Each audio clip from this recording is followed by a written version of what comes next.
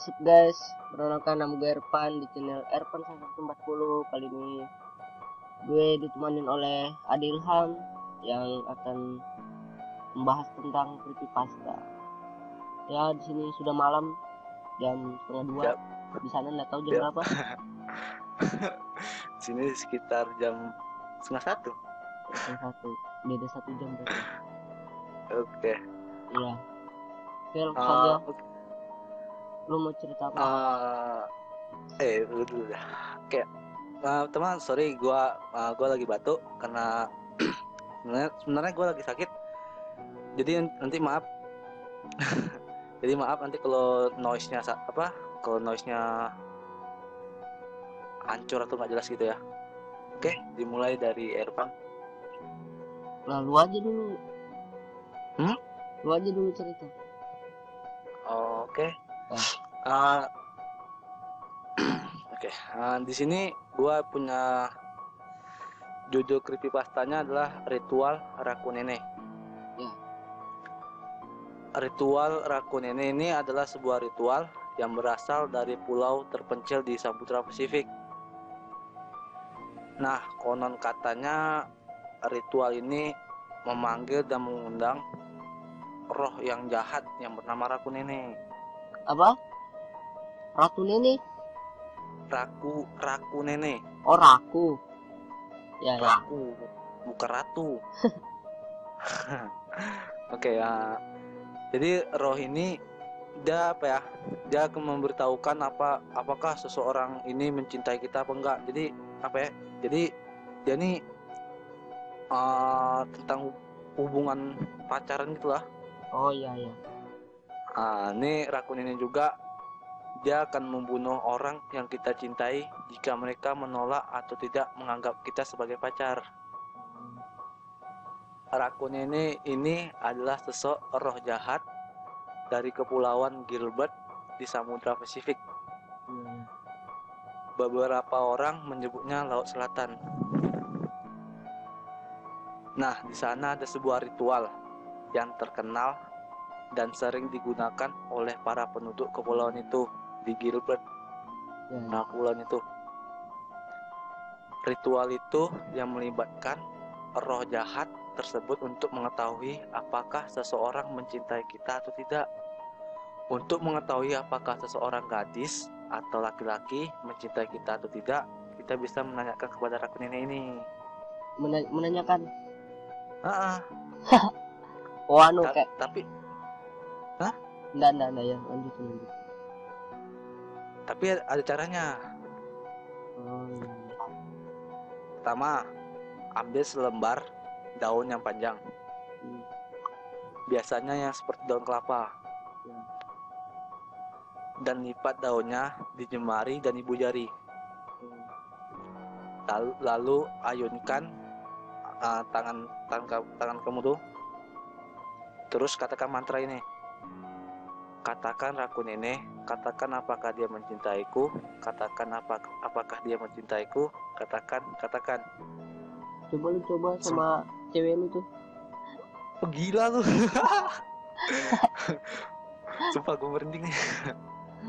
Iyalah udah malam gini. Setelah mengulangi mantra itu 3 kali, belah daun itu menjadi 2. Lalu bungkus kedua jari telunjukmu dengan masing-masing setengah dari daun tadi untuk membandingkannya.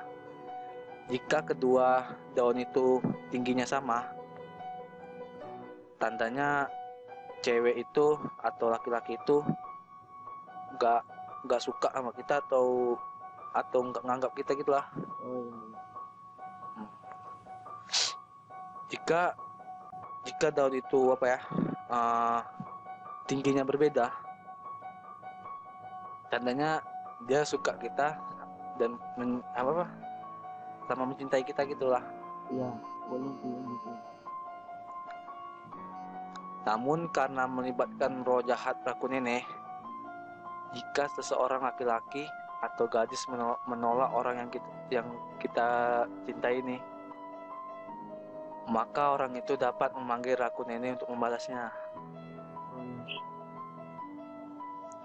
Untuk melakukan ritual ini, kita harus mengambil sehelai rambut dari kepala laki-laki atau gadis itu dan bungkus rambut itu di sekeliling pahamu. Dikelilingi itu Iya. Selangkangan. rambut rambut itu harus tetap berada di pahamu selama 3 hari. Dan ketika pagi hari di hari yang keempat, bakar rambut itu di atas tumpukan dedaunan. Melakukan ritual ini akan mengundang roh jahat Raku Nenek untuk menghukum orang yang kita cintai itu. Wih, gila aja, udah kita cintai, kita hukum lagi. Itu sama aja nyiksa orang. tapi dibilangnya cinta, terus kita menghukumnya. Itu makanya kan. Balas dendam Ah, orang. roh Raku Nenek itu akan membuat orang itu merobek-robek pakaiannya, membuat wajahnya mereka buat apa? Wajahnya itu rusak gitu lah. Wajahnya rusak, menyiksa dan akhirnya membunuh cewek itu atau laki-laki itu.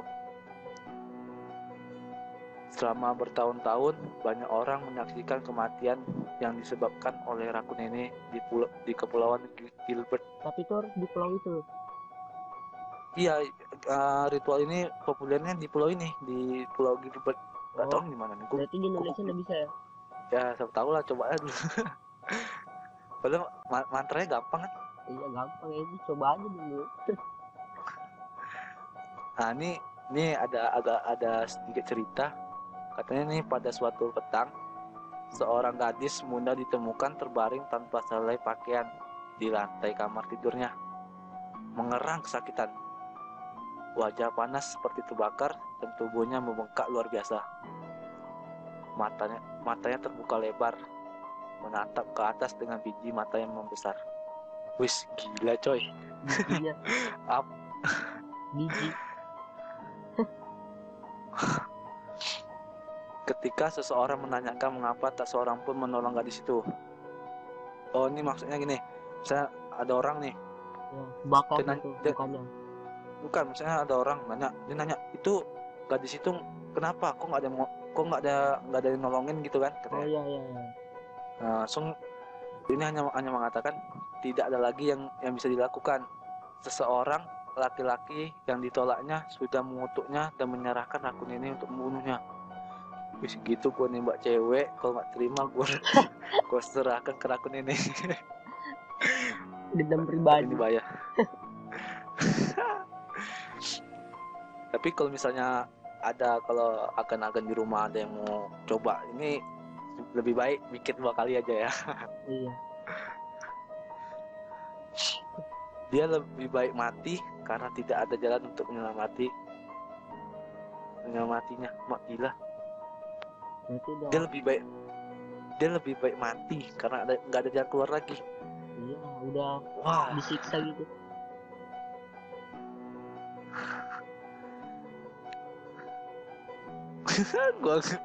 gue jadi merinding.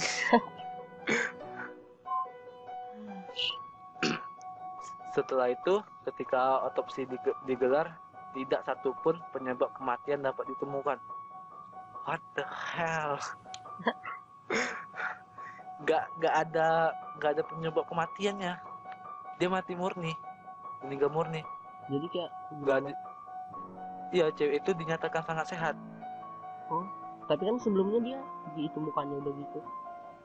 Iya, makanya itu udah ditemukan hancur, robek-robek, wajah rusak, mata sampai keluar bengkak. tapi di sini kan tidak ditemukan apa misalnya, nggak ada ditemukan bekas tumbuk dipukul atau di apa gitu kan.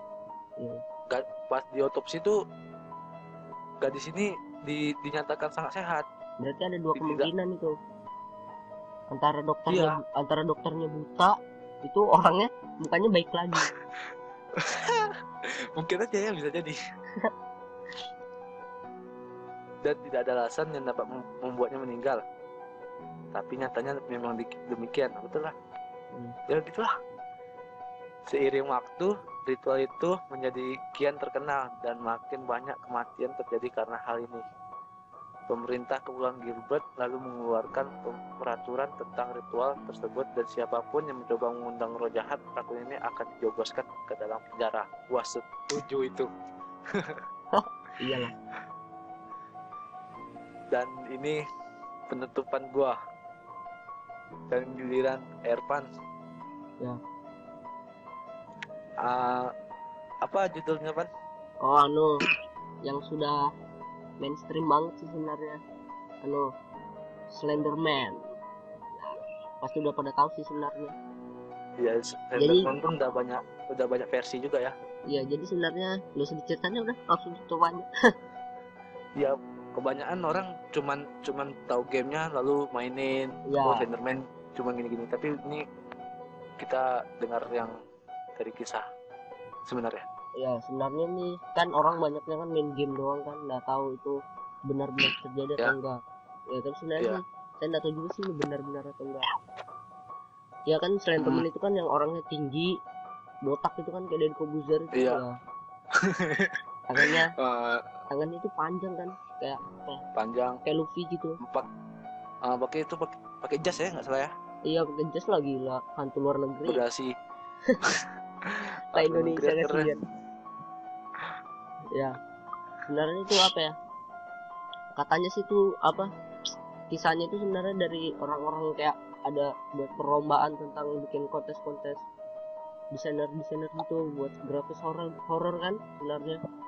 Nah, jadi ini bukan apa ya, bukan sosok sebenarnya, jadi cuma orang karya gitu ya.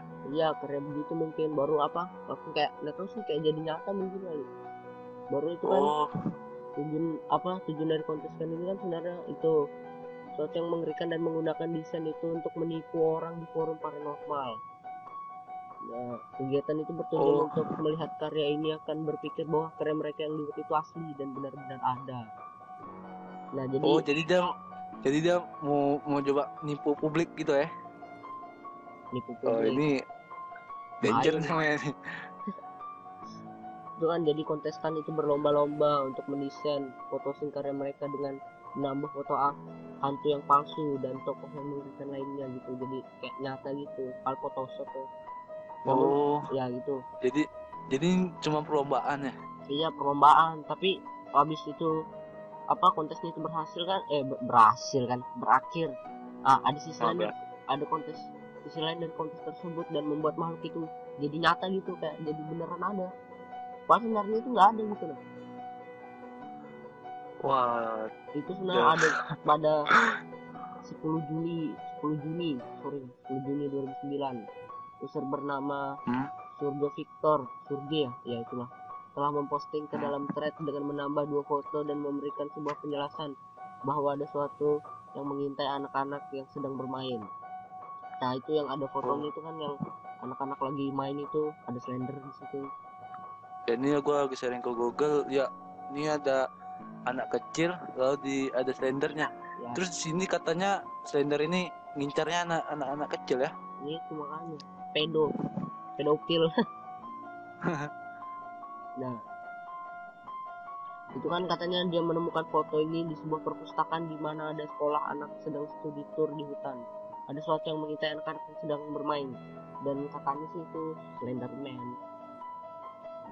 Jadi ya, wow, itu Slenderman itu sebenarnya sosok misterius yang sering dilihat sebagai orang yang tadi gue bilang itu botak, tinggi, tangannya panjang, tapi dia pakai jas, jadi masih agak keren lah. Dan dia juga punya tentakel. Iya, tentakel di apa? Di belakangnya. Iya, di belakangnya. Baru apa ya? Slenderman itu kalau yang bagi mereka yang udah ngelihat gitu, yang udah ngelihat itu katanya apa? Katanya bagi mereka yang melihat sosok ini, melihat Slenderman ini, katanya mereka langsung tiba-tiba menghilang tanpa jejak gitu. Tapi gue ngeliat fotonya setiap hari gitu, udah hilang juga sih. Katanya sih dia dibunuh, dimutilasi di pohon katanya. Ya, banyak juga nih versi-versi ceritanya sih, gue nggak tahu juga yang mana betul nih. Ya itu makanya kan, ya itulah makanya. Nah banyak juga karena Ritual memanggil Slender nggak ada ya? nggak tahu, nggak ada ya, caranya Kalau ada gue Google. panggil. Kalau ada gue panggil. Iya lumayan kan, Slenderman main Slenderman. Sama aja seperti jeruk makan jeruk. Iya iya. Nah katanya itu kan habis dia adanya Slenderman itu kan yang udah katanya orang udah dimutilasi, dibunuh kan, jadi kayak mendapat ketakutan tersendiri gitulah, jadi kayak paranoid, nggak bisa tidur lah, mimpiin Slenderman lah, jadi gila lah, bunuh diri, ngapung gitu gitu. Jadi mereka itu kayak jadi gila gitulah. Untung di Indonesia nggak ada Slender. Iya nggak ada yang kuntilanak. Kalau di luar negeri mewah-mewah semua pakai jas. Iya itu vampir, kayak vampir Twilight itu ya Indonesia itulah apa. Nggak ada yang waras santunya, karena apa cinta produk Indonesia. Kayak produk Indonesia. Iya jadi kalau ada pocong cuma aja. Nah baru katanya anu kan, surga Victor itu yang dari perlombaan desainer itu katanya, yang disertai dengan foto tersebut menyatakan bahwa foto itu diambil pada hari di mana 14 anak menghilang secara misterius katanya sih.